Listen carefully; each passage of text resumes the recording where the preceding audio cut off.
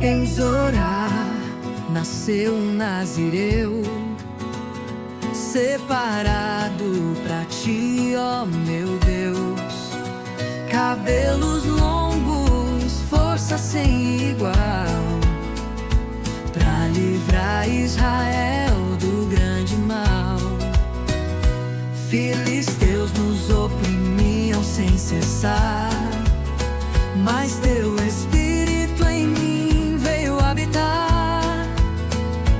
Com a força que me deste, Senhor, enfrentei leão, casei terror. 1000 em minhas mãos caíram por terra. Habe a promessa cumprindo na guerra. A força em tua mão, um dom singular, pra libertar, pra guerrear, pra te honrar. Enleci um osso quebrado, virou 1000 inimigos que o teu poder derrubou. Ó Deus de Israel, tua glória se vê. Mesmo em fraquezas, tu és meu querer.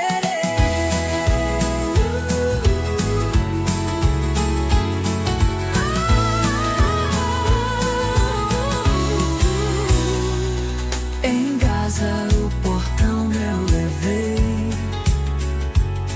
não longe, sozinho ergui, eu sei. Mas o engano, a porta veio bater, e ali o meu segredo a morrer.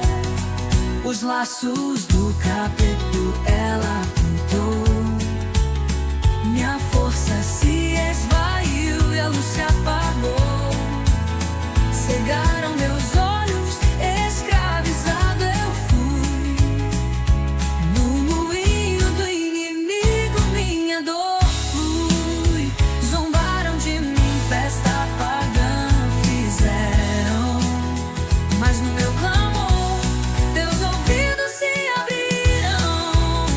A força em tua mão, um dom singular, pra libertar, pra guerrear, pra te honrar.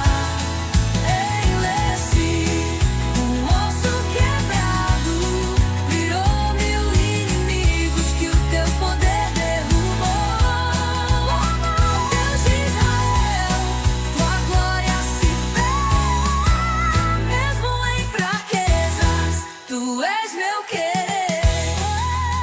No templo de Dagon, em angústia clamei, Senhor, por favor, lembra-te de mim, eu te rogo, que eu possa uma vez mais me levantar, pra mostrar teu poder, pra teu nome exaltar.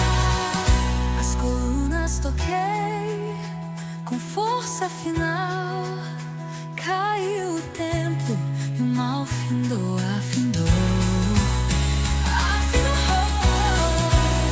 A força em tua mão, um dom singular, pra libertar, pra guerrear, pra te honrar. Vagando no deserto. Olá, bom dia, seja todos muito bem-vindos. Mais um programa Palavra Viva. Programa todas as manhãs, quando dá, que é um programa voltado à Palavra de Deus, na leitura expositiva da Palavra de Deus.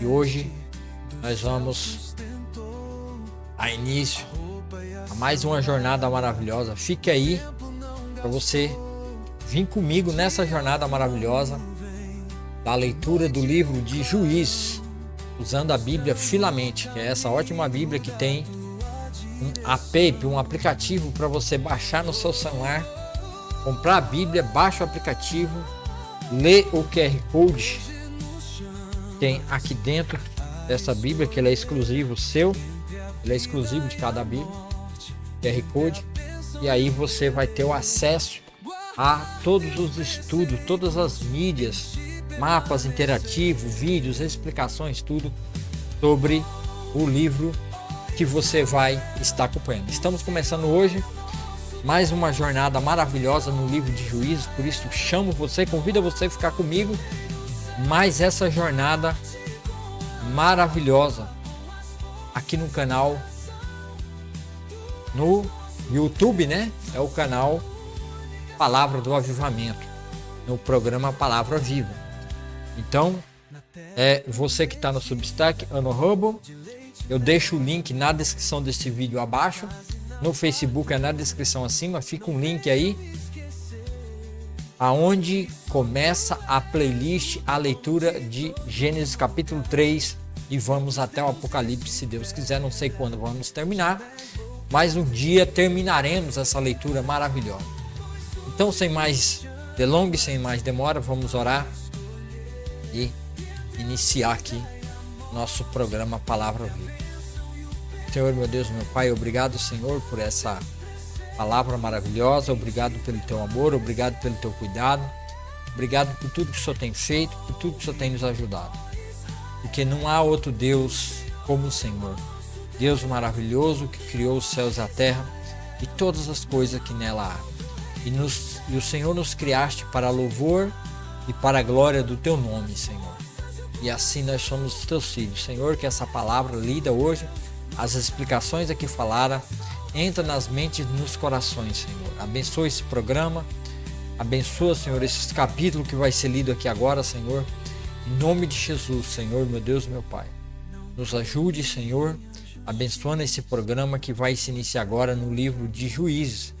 Que essa leitura, que essa exposição da leitura do livro de Juízes possa trazer bênçãos na vida de todas as pessoas que vão estar assistindo essa playlist toda por completo, Senhor. Abençoa, Senhor, esse programa, em nome de Jesus, amém e amém. No programa Palavra Viva, e que você possa ficar aí e não sair desse programa, não saia dele, fica aí, tá? Não saia daí, fica comigo. Nós vamos começar a fazer uma leitura maravilhosa, expositiva, no livro de Juízes. Hoje nós vamos começar no livro de Juízes. Vamos entender um pouquinho, vamos ver algumas coisas aí no livro de Juízes, né? Hoje vai ser mais uma entrada. Se precisar eu faço um vídeo 2, né? Esse pode ser o vídeo 1 e depois eu posso fazer um segundo vídeo, né? A respeito do livro de Juízes. Hoje vamos ter introdução e vamos ver se a gente consegue ler aí 3 capítulos do livro de Juízes para a gente continuar na nossa jornada maravilhosa do livro de Juízes. É um livro maravilhoso que vai nos trazer, vai nos colocar, vai nos levar para uma jornada onde Israel está estabelecido na terra, morre Josué, morre todo mundo, e agora o que fica na terra é os juízes, né? São pessoas que vão ser chamadas para julgar Israel. Então, a primeira coisa, nós vamos ver o panorama geral do livro de Juízes, sempre na nossa Bíblia Filamente, né? Então vamos ver aí o vídeo, né? Um panorama geral do livro de Juízes para vocês poderem entender melhor o livro de Juízes.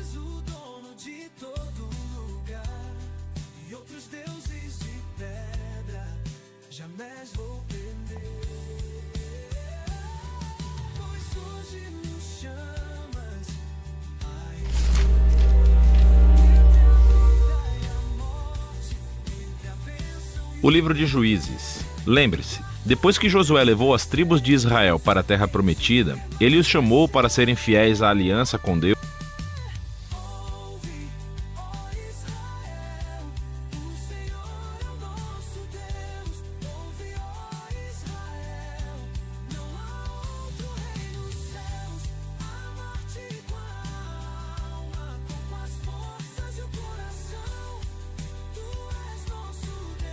Travou aqui, pessoal, mas já vai voltar, tá?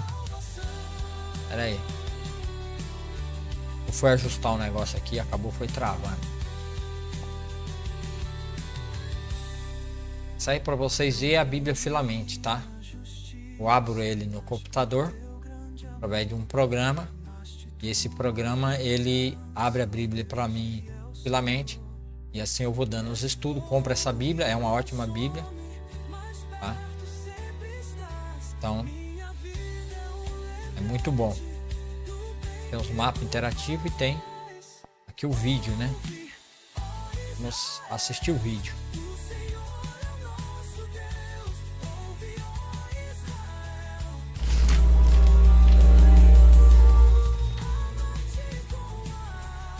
O livro de Juízes. Lembre-se, depois que Josué levou as tribos de Israel para a terra prometida, ele os chamou para serem fiéis à aliança com Deus, obedecendo os mandamentos da Torá. E se eles fizessem isso, mostrarão a todas as outras nações como Deus é. Assim, o livro de Juízes começa com a morte de Josué e, basicamente, conta a história do fracasso total de Israel. O nome do livro vem do tipo de líderes que Israel teve nesse período. Antes de terem reis, todas as tribos estavam sendo governadas por esses juízes. Não pense em um tribunal. Esses eram líderes político-militares regionais, mais parecidos com chefes tribais. E, um aviso importante, o livro de Juízes é muito perturbador e violento. Ele conta a história trágica da corrupção moral de Israel, da sua má liderança e basicamente como eles não são muito diferentes do que os cananeus. Mas essa história triste também pretende gerar esperança para o futuro. E você pode ver isso na maneira como o livro foi projetado. Há uma grande introdução que prepara o terreno para o fracasso de Israel, já que eles não expulsam os cananeus remanescentes. Em seguida, a grande seção principal do livro tem histórias sobre a corrupção crescente dos juízes de Israel. E a progressão aqui mostra como os líderes de Israel vão de muito bons a regulares e de ruim a piores. A seção final é realmente perturbadora e mostra a corrupção do povo de Israel como um todo. Então, vamos nos aprofundar e explorar cada parte um pouco mais. A sessão de abertura começa com as tribos de Israel em seus territórios na Terra Prometida. E quando Josué derrotou algumas das cidades cananeias principais, ainda havia muita terra a ser tomada e muitos cananeus vivendo nessas áreas. E assim, o capítulo 1 apresenta uma longa lista de grupos e cidades cananeias que Israel não conseguiu expulsar da terra. Lembre-se, todo o objetivo de expulsar os cananeus era evitar sua corrupção moral e a sua maneira de adorar os deuses através do sacrifício infantil. Deus havia chamado Israel para ser um povo santo, e isso não acontece. O capítulo 2 descreve como Israel tomou o lado dos cananeus e adotou todas as suas práticas culturais e religiosas. E é bem aqui que a história para. Durante quase um capítulo inteiro, o narrador nos dá uma visão geral de tudo o que está prestes a acontecer no resto do livro.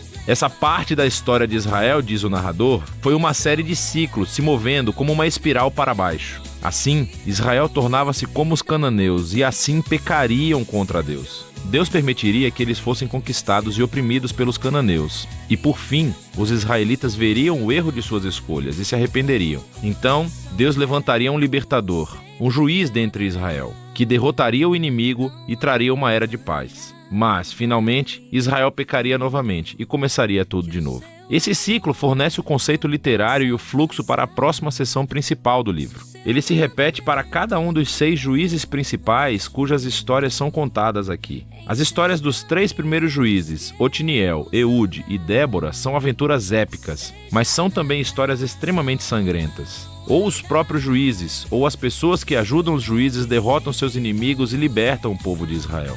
As histórias sobre os próximos 3 juízes são mais longas e se concentram nas falhas de caráter dos juízes, que ficam cada vez piores. Gideão começa muito bem. Ele é um covarde, mas finalmente chega a confiar que Deus pode salvar Israel através dele. E assim ele derrota um enorme exército de midianitas com apenas 300 homens carregando tochas e panelas de barro. Mas Gideão tem um temperamento desagradável e mata um bando de companheiros israelitas por não ajudá-lo em sua batalha. E tudo começa a piorar. Ele fabrica um ídolo com o ouro que ganhou das suas batalhas, e depois que morre, todo Israel adora o ídolo como um deus, e o ciclo começa novamente. O próximo juiz principal é Jefté, que é uma espécie de bandido mafioso que vive nas colinas. E quando as coisas ficam realmente ruins para Israel, os anciãos vêm até ele implorando pela sua ajuda. E Jefté foi um líder muito eficaz, ele ganhou muitas batalhas contra os amonitas. Mas ele era tão pouco familiarizado com o Deus de Israel que o trata como um Deus cananeu e promete sacrificar a sua filha se vencer a batalha. Essa história trágica mostra o quanto Israel caiu. Eles não conhecem mais o caráter do seu próprio Deus, o que leva ao assassinato e à falsa adoração. O último juiz, Sansão, é de longe o pior. Sua vida começa cheia de promessas, mas ele não tem consideração pelo Deus de Israel. Ele era promíscuo, violento e arrogante. Ele obteve vitórias brutalmente estratégicas sobre os filisteus, mas apenas à custa da sua própria integridade. E a sua vida termina em uma corrida violenta de assassinato em massa. Agora, uma nota rápida aqui. Você notará um tema repetido na seção principal do livro. Em momentos-chave, o Espírito de Deus capacitará cada um desses juízes a realizar grandes atos de libertação. O fato de que Deus usa essas pessoas completamente errôneas não significa que ele endossa todas ou até mesmo qualquer uma de suas decisões. Deus está comprometido primeiramente a salvar seu povo,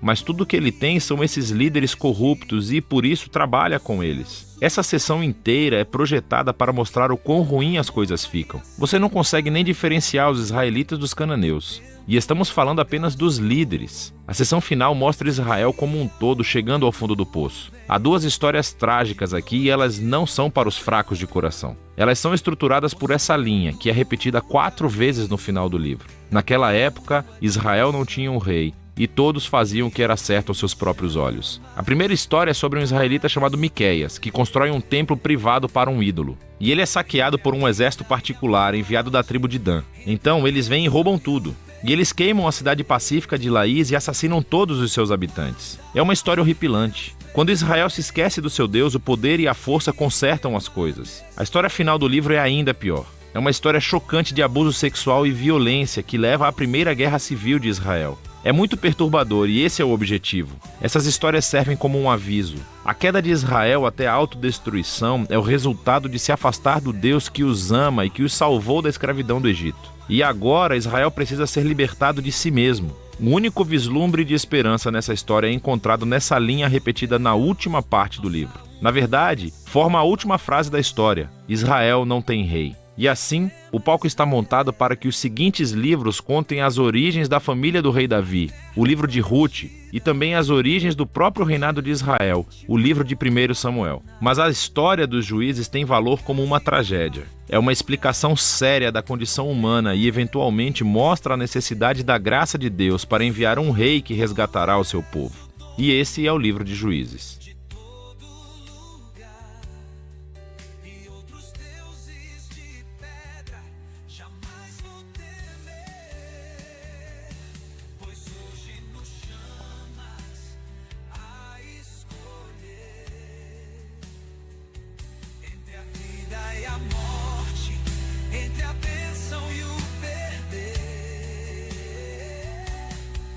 Muito bem, aí a gente viu aqui, né, o vídeo de Juízes e vamos ver aqui, né, estude, vem a introdução, visão geral do livro, contexto, ver o contexto aqui do livro. Para entender melhor o período do juiz, é necessário vê-lo no contexto de sua própria era. Historiadores e sociólogos comparam Juízes aos épicos de Homero, as sagas da Islândia Antiga e a obra francesa Canção do Rolando. Cada uma delas apresenta uma época heróica na adolescência de uma nova civilização. Durante esses períodos, homens e mulheres incomuns desafiaram as normas de seu tempo. Depois da morte de Moisés, a campanha militar sob o comando de Josué deu aos israelitas, naquela época, nômades do deserto, uma terra onde habitar, mas não uma sociedade devidamente estabelecida, algo que só ocorreria séculos depois, durante a monarquia estável liderada pelo rei Davi. Ainda assim, Moisés e Josué deixaram para os israelitas uma sociedade organizada. O contexto bíblico mostra que a estrutura tribal era bem definida e que os territórios haviam sido divididos de forma clara. Surgiram alguns dentre centros de adorações, Gigal, Siló, com sacerdotes, levitas e líderes tribais que confiariam certa medida de ordem. Levitas e líderes tribais que conferiam certa medida de ordem a Israel. O povo continuou a lembrar-se das antigas tradições.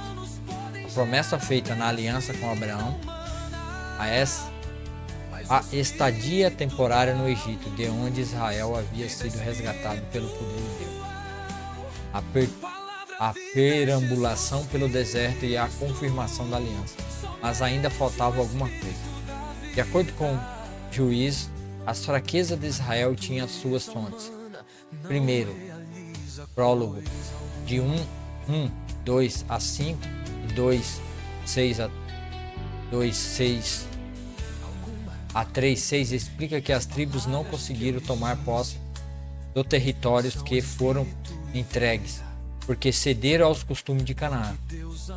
Em vez de obedecer à aliança com Deus, transmitida por intermédio de Moisés,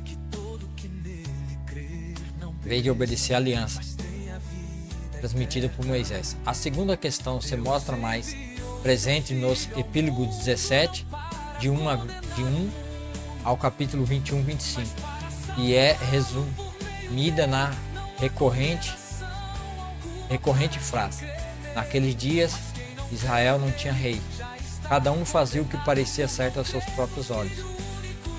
Capítulo 17, 6, v 18, 1, 19, 1, 21, 5. Os prólogos destacam a infidelidade de Israel a Deus. Os epílogos ressaltam uma estrutura social falida. A época dos heróis não foi capaz de produzir as instituições políticas estáveis necessárias para efetivar o governo de Deus sobre os filhos de Israel. O livro não rejeita, porém, o princípio da liderança carismática personificado pelo juiz.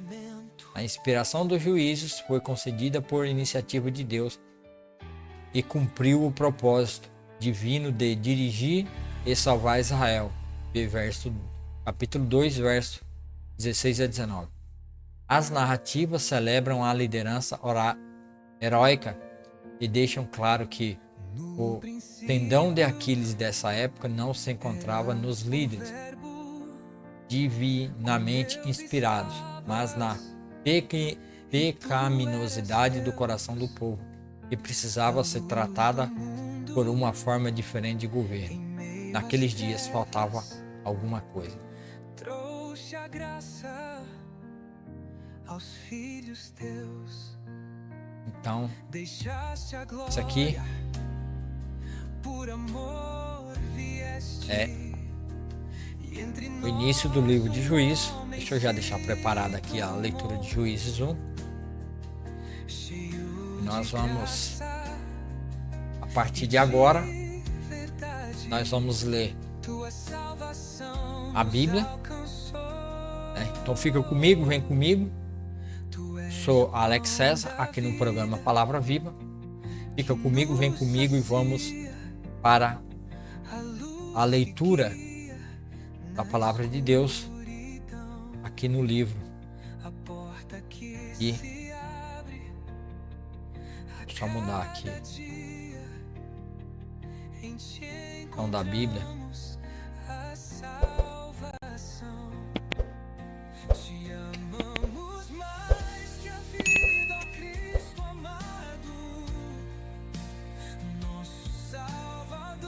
Agora abriu a Bíblia.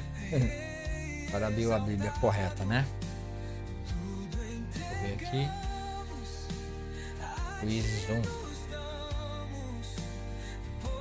Aí nós vamos dar entrada agora no nossa leitura no livro de Juízes. Depois da morte de Josué, os israelitas perguntaram ao Senhor: qual das tribos deve ser a primeira a atacar os cananeus? O Senhor respondeu: Judá, pois eu entreguei a terra em suas mãos. Os homens de Judá disseram a seus parentes da tribo de Simeão: Venham conosco lutar contra os cananeus que vivem no território que nos foi designado como herança. Depois ajudaremos vocês a conquistar o seu território. Os homens de Simeão foram com Judá. Quando os homens de Judá atacaram, o Senhor entregou os cananeus e os ferezeus em suas mãos, e eles mataram 10.000 guerreiros inimigos em Bezeque. Naquela cidade encontraram o rei Adoni-Bezeque, lutaram contra ele e derrotaram os cananeus e os ferezeus. Adoni-Bezeque fugiu, mas os israelitas o capturaram e cortaram os polegares de suas mãos e de seus pés. Adoni-Bezeque disse: 70 reis com os polegares das mãos e dos pés cortados comiam migalhas debaixo de minha mesa. Agora Deus me retribuiu aquilo que fiz com eles. E o levaram a Jerusalém, onde ele morreu. Os homens de Judá atacaram Jerusalém e a conquistaram. Mataram todos os seus habitantes e puseram fogo na cidade. Depois disso, desceram para lutar contra os cananeus que viviam na região montanhosa do Neguebe e nas colinas do oeste. Judá marchou contra os cananeus que habitavam em Hebrom, antes chamada de Kiriat-Arba, e derrotou os exércitos de Sesai, Aimã e Talmai. Dali avançaram contra os habitantes de Debir, antes chamada de Kiriat-Sefer. Calebe disse: Darei minha filha Axa em casamento a quem atacar e tomar Kiriat-Sefer. Otoniel, filho de Kenaz, irmão mais novo de Calebe, tomou a cidade, e Calebe lhe deu Axa como esposa. Quando Axa se casou com Otoniel, ela insistiu para que ele pedisse um campo ao pai dela. Assim que ela desceu do jumento, Calebe lhe perguntou: O que você quer? Ela respondeu: Quero mais um presente. O Senhor me deu terras no deserto do Neguebe. Agora peço que também me dê fontes de água. Então Calebe lhe deu as fontes superiores e as fontes inferiores. Quando a tribo de Judá deixou Jericó, a cidade das palmeiras, os queneus, descendentes do sogro de Moisés, os acompanharam até o deserto de Judá. Eles se estabeleceram no meio do povo dali, perto da cidade de Arade, no Neguebe. Então a tribo de Judá se uniu com seus parentes da tribo de Simeão para lutar contra os cananeus que habitavam em Zefate e destruíram completamente a cidade. Por isso, agora ela se chama Ormá. A tribo de Judá também conquistou as cidades de Gaza, Ascalon e Ecrom e os territórios ao redor. O Senhor estava com a tribo de Judá. Ela tomou posse da região montanhosa, mas não conseguiu expulsar os habitantes da planície, pois eles tinham carros de guerra com rodas de ferro. A cidade de Hebrom foi entregue a Calebe, conforme Moisés havia prometido. E ele expulsou seus habitantes, descendentes dos 3 filhos de Enaque. A tribo de Benjamim, porém, não conseguiu expulsar os jebuseus que moravam em Jerusalém. Por isso, até hoje, os jebuseus vivem no meio do povo de Benjamim. Os descendentes de José atacaram a cidade de Betel, e o Senhor estava com eles. Enviaram espiões a Betel, antes conhecida como Luz, e eles abordaram um homem que saía da cidade e lhe disseram: Mostre-nos como entrar na cidade e teremos misericórdia de você. Ele mostrou a entrada, e eles mataram todos os habitantes de Betel, exceto aquele homem e sua família. Mais tarde, o homem se mudou para a terra dos Hititas, onde construiu uma cidade e a chamou de Luz, que é seu nome até hoje. A tribo de Manassés, porém, não expulsou os habitantes de Bet-San, Taanaque, Dor, Ibleã e Megido, nem dos povoados ao seu redor, pois os cananeus estavam decididos a permanecer naquela região. Quando Israel se fortaleceu, submeteu os cananeus a trabalhos forçados, mas não os expulsou completamente da terra. A tribo de Efraim também não expulsou os habitantes de Gézer, de modo que os cananeus continuaram a viver no meio deles. A tribo de Zebulon não expulsou os habitantes de Quitron e de Naalol, de modo que os cananeus continuaram a viver no meio deles, mas foram submetidos a trabalhos forçados. A tribo de Azer não expulsou os habitantes de Aco, Sidom, Alabe, Axibe, Elba, Afeque e Reobe. Estabeleceu-se no meio dos cananeus que habitavam a terra, pois não conseguiu expulsá-los. Da mesma forma, a tribo de Naftali não expulsou os habitantes de Bet-Semes e de Bet-Anate. Estabeleceu-se no meio dos cananeus que habitavam a terra, mas submeteu os habitantes de Bet-Semes e de Bet-Anate a trabalhos forçados. Quanto à tribo de Dan, Os amorreus a obrigaram a voltar para a região montanhosa e não permitiram que descesse a planície. Os amorreus estavam decididos a ficar no Monte Heres, em Aijalon e em Saalbim. Mas quando os descendentes de José se fortaleceram, submeteram os amorreus a trabalhos forçados. A divisa dos amorreus se estendia da ladeira do Escorpião até Selá, continuando dali para cima.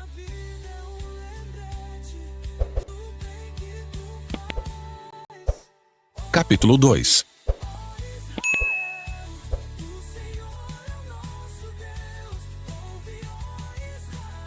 Muito bem. Vamos ver o discernimento do capítulo 1, né? Depois a gente dá seguimento na leitura. Esse é o primeiro vídeo, né, do número de juízes, pois fica aí, pois agora nós temos muitas coisas para fazermos e realizarmos e ouvirmos a respeito do livro de Juízes. Tá? Convido você a ficar comigo, acompanhar o entendimento e a leitura. Você tem um ótimo dia, uma ótima semana. Deus abençoe você e sua casa. Juízos 1, 2 e 3. O início da queda, a desobediência de Israel e o ciclo dos juízes. Aqui tem o meu canal, né? O link do canal no YouTube. Se inscreva no meu canal no YouTube, porque o Facebook vai apagar esse vídeo daqui a um mês. Então por isso é importante que se inscreva. Aí no Facebook está acima. O link está acima na descrição desse vídeo no Facebook. Tá no Hub e no Substack, fica na descrição abaixo. Discernimento dos capítulos 1 e 2 do livro de Juízes. Os primeiros 3 capítulos do livro de Juízes servem como um prelúdio sombrio para a narrativa principal, estabelecendo o cenário para o ciclo de apostasia, opressão, clamor, libertação que caracterizará o restante do livro. Eles delineiam a falha inicial de Israel em seguir completamente as instruções de Deus após a morte de Josué. As consequências dessa desobediência é o surgimento dos primeiros juízes. Capítulo 1. A conquista incompleta. O capítulo 1 de Juízes começa imediatamente após a morte de Josué, um período de transição crucial para Israel. A tribo de Judá toma a iniciativa de perguntar ao Senhor quem deveria subir primeiro para combater os cananeus. A resposta divina é clara: Judá, com a ajuda da tribo de Simeão. Judá alcança algumas vitórias significativas, como a tomada de Bezeque, Jerusalém e Hebron. Jerusalém é Jebus, mas não expulsa totalmente eles de lá. Vemos a captura de Adonisedeque, um rei cruel que recebe o que merecia. No entanto, o capítulo rapidamente se transforma numa lista de fracassos e conquistas incompletas. Apesar dos sucessos iniciais, a maioria das tribos não consegue expulsar completamente os habitantes originais da terra. Algumas tribos colocam os cananeus sob trabalho forçado, mas não os expulsam. Outras simplesmente permitem que os cananeus permaneçam, o que violam diretamente as ordens de Deus para erradicar a idolatria e a corrupção da terra. Por exemplo, a tribo de Benjamim não expulsou os jebuseus de Jerusalém. Manassés não expulsou os habitantes de Bet-Sean e assim por diante.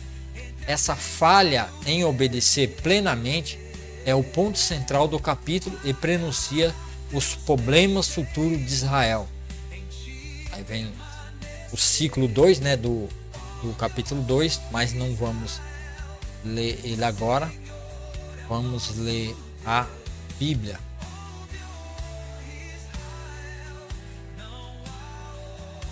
Capítulo 2.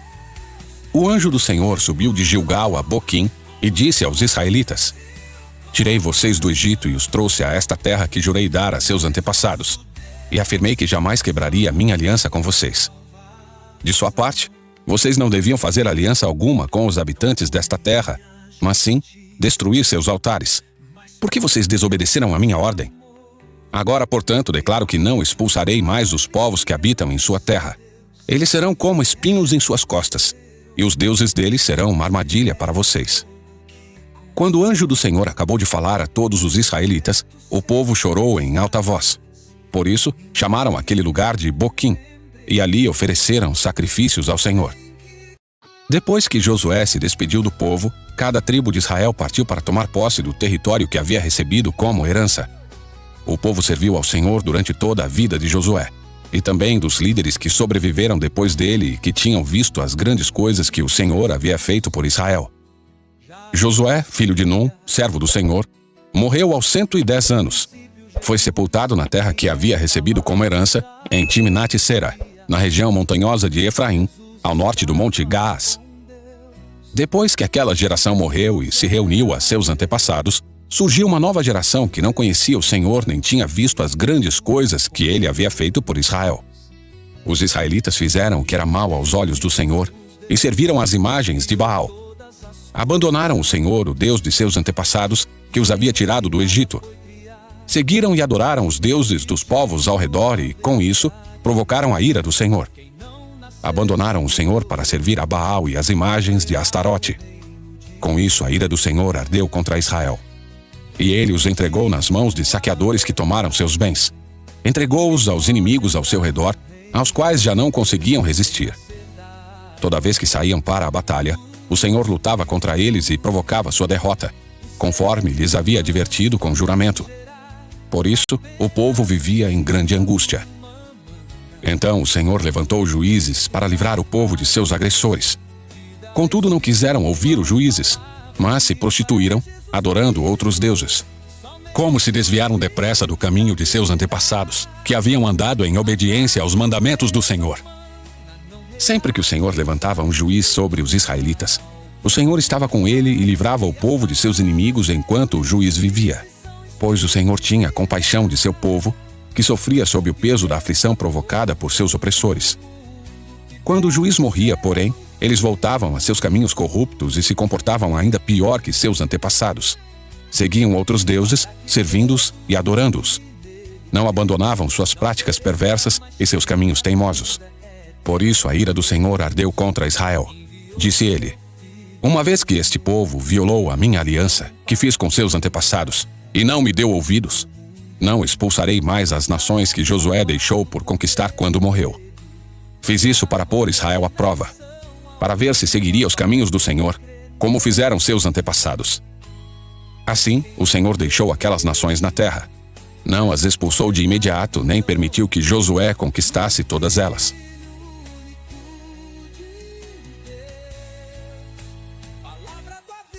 Capítulo 3.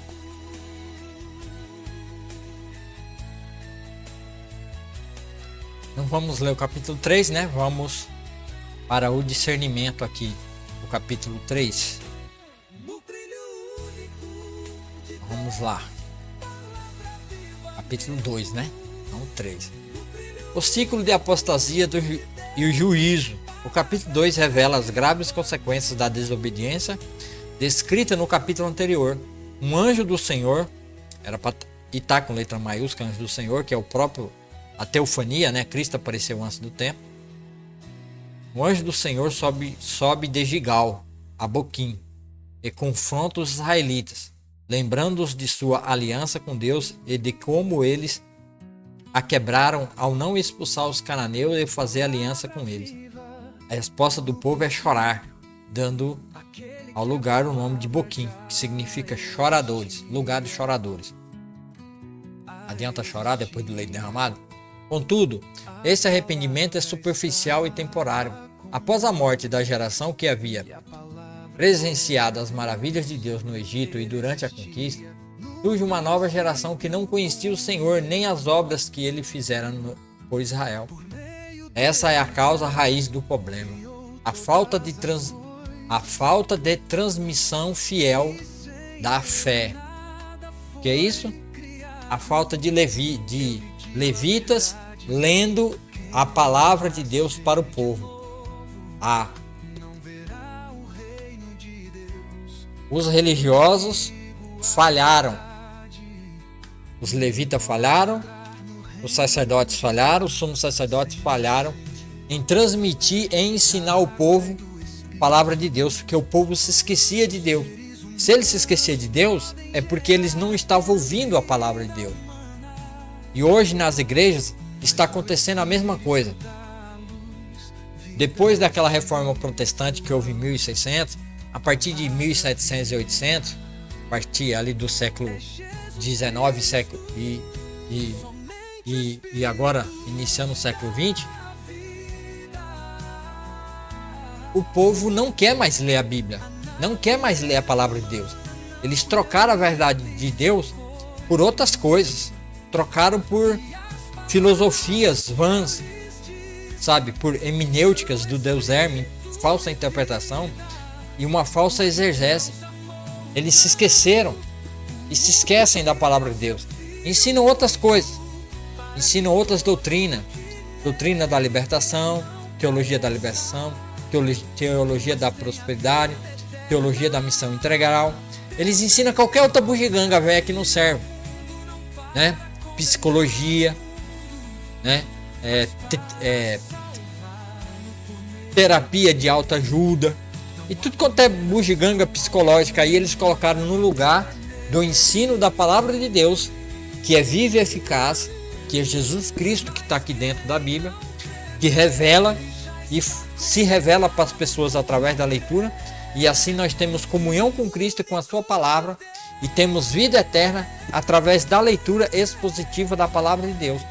Mas as igrejas não querem, os pastores não querem, os líderes não querem. Eles já disseram para mim que esse negócio de ler a Bíblia, de aprender a Bíblia, de ter leitura da Bíblia, de Gênesis e Apocalipse, isso aí a igreja não quer, o povo não quer. Eles querem continuar vivendo da mesma forma que eles estão, porque é isso que agrada a eles. A forma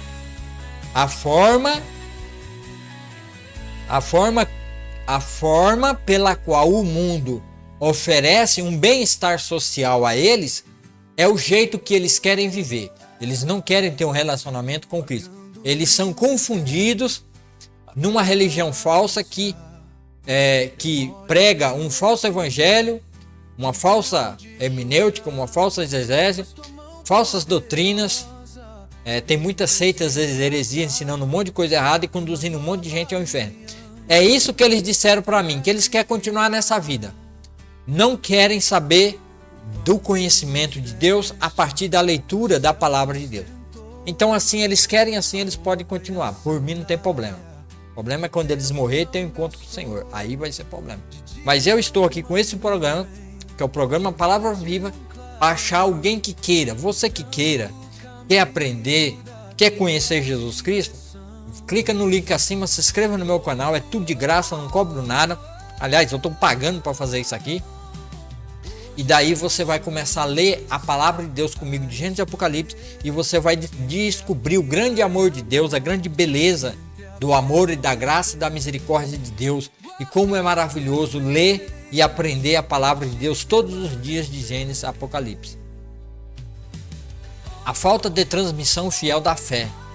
Sem um conhecimento profundo de Deus, os israelitas começaram a servir aos Balaim, Astarotes, as divindades pagãs da terra. Em resposta à apostasia, a ira do Senhor se acendeu contra Israel. Ele os entrega nas mãos dos saqueadores e opressores.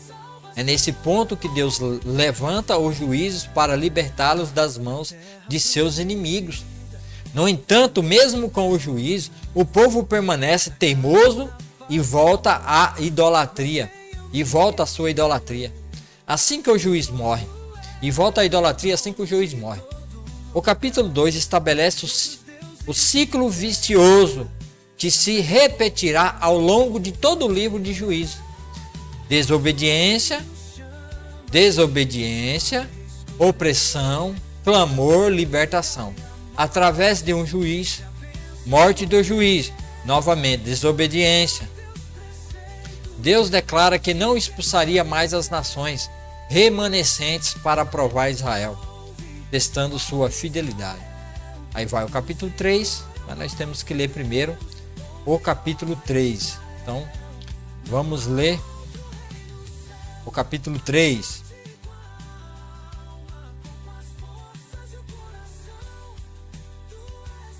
Capítulo 3.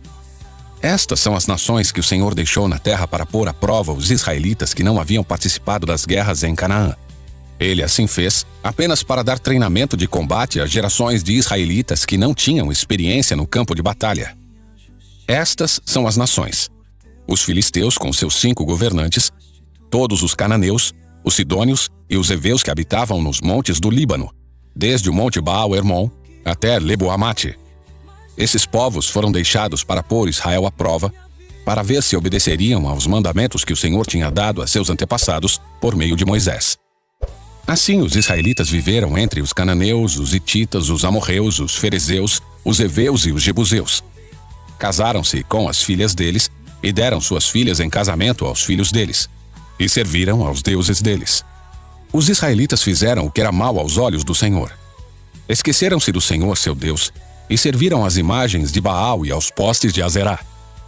Então a ira do Senhor se acendeu contra Israel, e ele os entregou a Cusã-Risataim, rei de Arã, Naaraim. E os israelitas serviram a Cusã-Risataim durante 8 anos. Mas quando os israelitas pediram socorro ao Senhor, ele levantou um libertador para salvá-los. Chamava-se Otoniel, filho de Kenaz, irmão mais novo de Calebe. O Espírito do Senhor veio sobre Otoniel, e ele se tornou juiz de Israel. Otoniel guerreou contra Cusã-Risataim, rei de Arã, e o derrotou, pois o Senhor o entregou em suas mãos. Houve paz na terra durante 40 anos, até a morte de Otoniel, filho de Kenaz. Mais uma vez, os israelitas fizeram o que era mal aos olhos do Senhor. Por isso, o Senhor deu a Eglon, rei de Moabe, poder sobre Israel.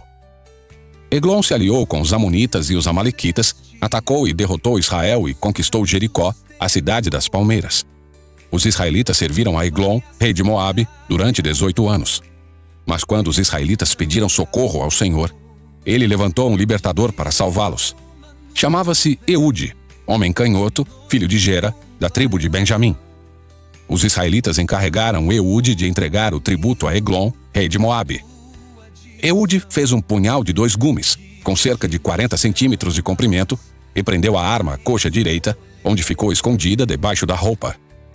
Levou o tributo a Eglon, rei de Moabe, que era muito gordo. Depois de entregar o pagamento, Eude partiu com os homens que haviam ajudado a carregar o tributo. Quando Eude chegou aos ídolos de pedra perto de Gilgal, deu meia volta, apresentou-se diante de Eglon e disse: "Tenho uma mensagem secreta para o Senhor, ó rei." Eglon ordenou: "Não fale ainda," e mandou todos os seus servos saírem. Eude se aproximou de Eglon, que estava sentado sozinho na sala do andar superior, um ambiente mais fresco, e disse: "Tenho uma mensagem de Deus para o Senhor." O rei Eglon se levantou, e Eude, com a mão esquerda, puxou o punhal de sua coxa direita e o cravou na barriga de Eglon. O punhal foi tão fundo que seu cabo desapareceu sob a gordura do rei. Por isso, Eude não tirou o punhal, e as fezes do rei vazaram. Então Eude fechou e trancou as portas da sala e saiu pelo pórtico. Depois que Eude saiu, os servos do rei voltaram e encontraram trancadas as portas da sala no andar superior. Pensaram que ele estivesse usando o banheiro privativo, por isso esperaram. Mas como depois de muita demora o rei não saiu, ficaram preocupados e pegaram a chave. Quando abriram as portas, encontraram seu senhor caído no chão, morto. Enquanto os servos esperavam, Eude escapou e passou pelos ídolos de pedra a caminho de Seirá. Quando chegou à região montanhosa de Efraim, tocou a trombeta, chamando o povo para guerrear. Os israelitas desceram os montes, com Eude à frente. Ele disse: "Sigam-me, pois o Senhor entregou Moabe, seu inimigo, em suas mãos." Os israelitas o seguiram e assumiram o controle dos pontos mais rasos do Jordão, onde se atravessava para Moabe, e não deixaram ninguém passar. Eles atacaram os moabitas e mataram cerca de 10.000 de seus guerreiros mais fortes e valentes. Nenhum deles escapou. Naquele dia, Israel derrotou Moabe e houve paz na terra durante 80 anos. Depois de Eude, Sangar, filho de Anate, libertou Israel. Certa vez, ele matou 600 filisteus com um ferrão de conduzir bois.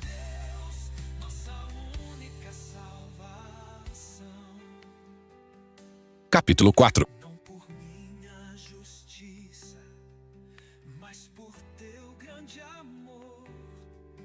Não vamos ler o capítulo 4, né? Porque nós vamos ler o entendimento do capítulo 3 para a gente encerrar nosso vídeo.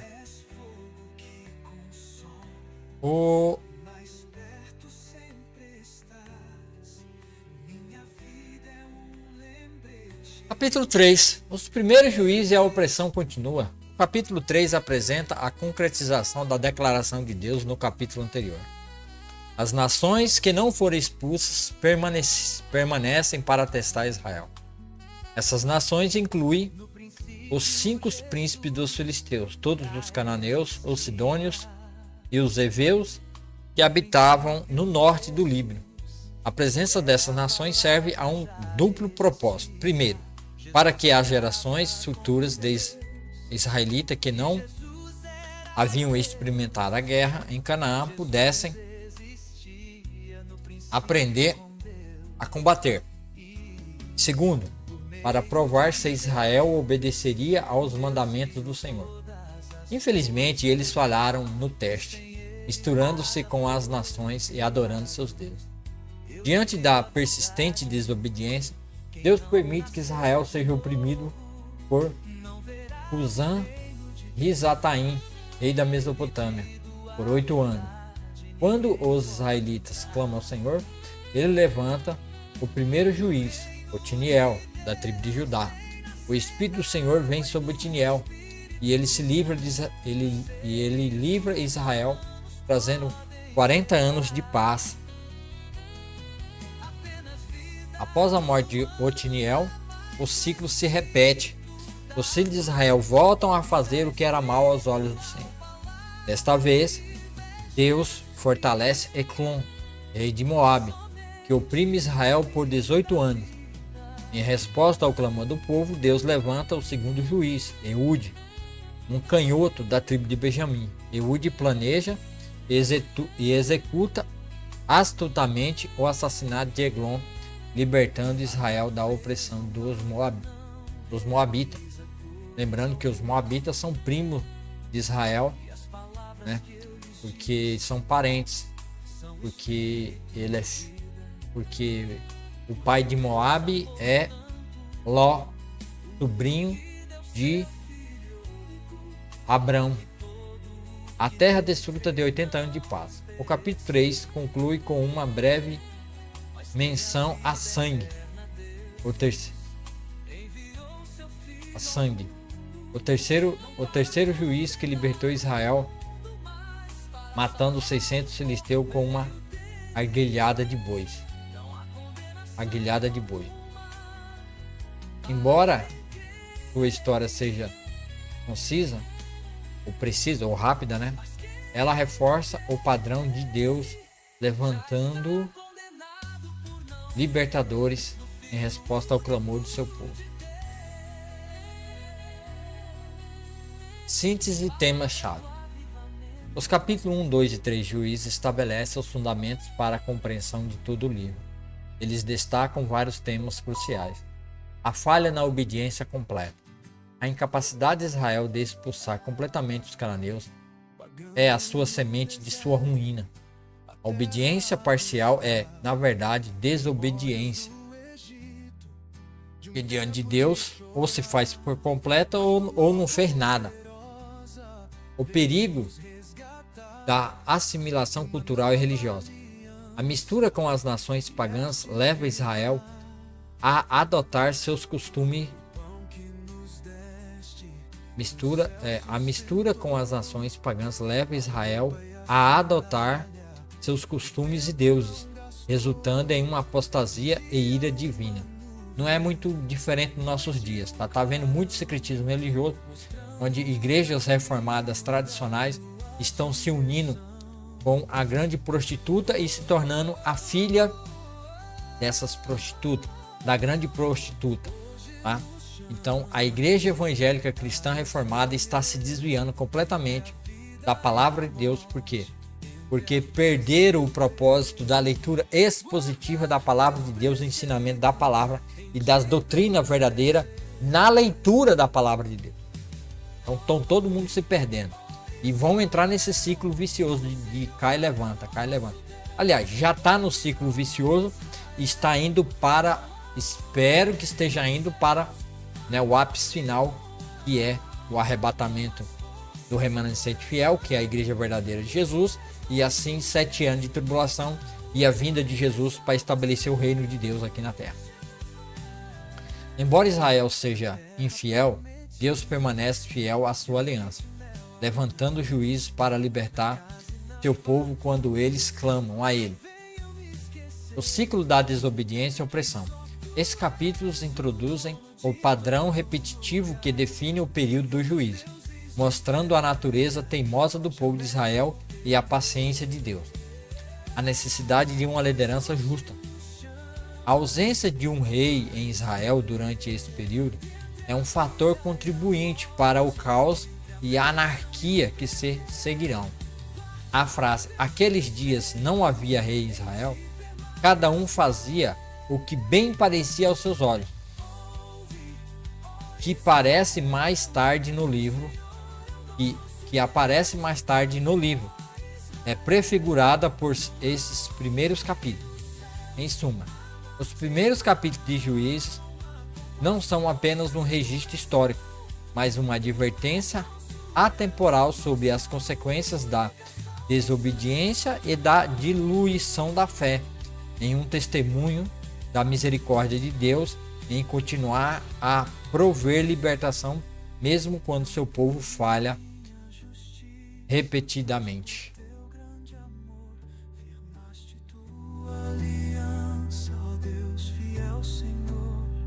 Então, assim nós vamos chegando. Assim nós vamos chegando, né? Aqui na parte final desse nossa leitura no programa Palavra Viva. Colé de manga. Já tá escapando do palito, bichinho. Não esqueça de dar o joinha, um like, se inscreva no canal. Então, assim a gente leu hoje 1 hora, né? Os primeiros capítulos do livro de Juízes. Fica comigo. Não deixa e não abandone esse programa. Esteja sempre acompanhando e participando comigo aqui todos os dias, quando dá, todos os dias, né? Para que você seja cada vez mais abençoado, possa entender o que esses capítulos estão dizendo na Bíblia, tá? Porque é através desse capítulo que você vai aprender a palavra de Deus cada vez mais e você vai entender como Deus é misericordioso, como Deus é maravilhoso e como Ele trata os seus filhos. E assim também mostra o caráter de Deus nos dias de hoje, como é que Ele nos trata, como é que Deus está tratando o teu povo, tá? Eu vou deixar aqui no final acabando agora, depois da oração, eu vou deixar 3 playlists, tá? Então vamos orar primeiro para me encerrar. Senhor, meu Deus, meu Pai, obrigado, Senhor, por essa palavra.